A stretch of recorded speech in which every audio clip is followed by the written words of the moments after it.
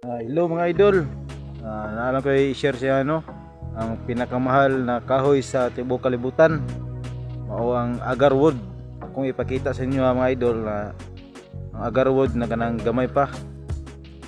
Basig na adya sa inyong kalasangan kanang hilig mo explore sinay agarwood sa inyong lasang.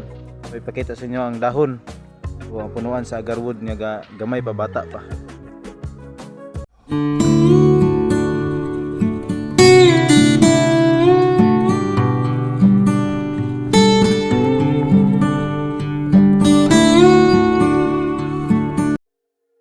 Muna siya mga idol ang agarwood nga gamay pa.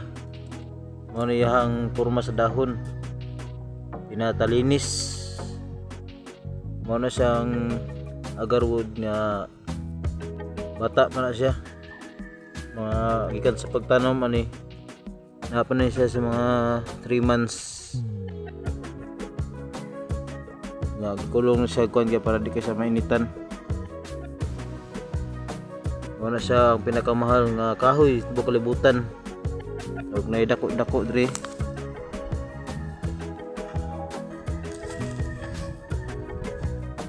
Ini siya gamay pa pod ni mga idol.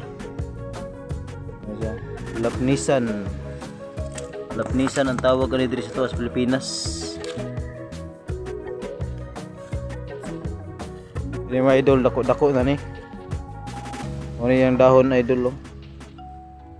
Mura siya kanang dahon sa durian. Ano siya agarwood. Dako-dako na yang kuan. Punuan.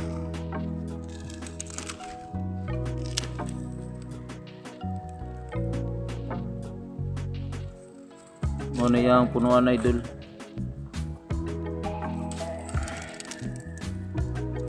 Yang punuan mo na giring-giring.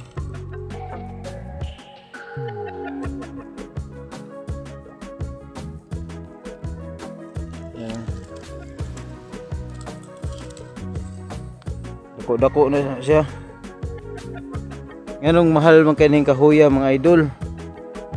Based sa research idol, nasabi ang agarwood o lapnisan ang isa sa mga detoring na rares at isa sa pinakamahal na uri na puno sa buong mundo. Base nila sa report na ibibenta ang kada kilo nito hanggang 750,000 pesos per kilo.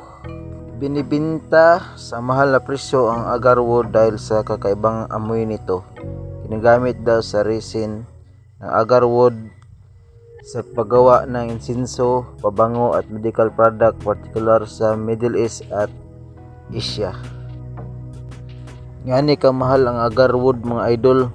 Mao na nga ginadako po ni siya sa diri sa tuwas Pilipinas.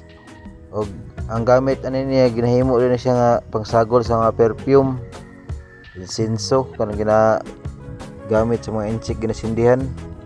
Ug humot kay din siya mong mahal kay ang presyo tag 750,000 per kilo. Sigurado nga og makakita ka ani madagko naman na punuan, kwarta gyud og mamilyonaryo jud ka.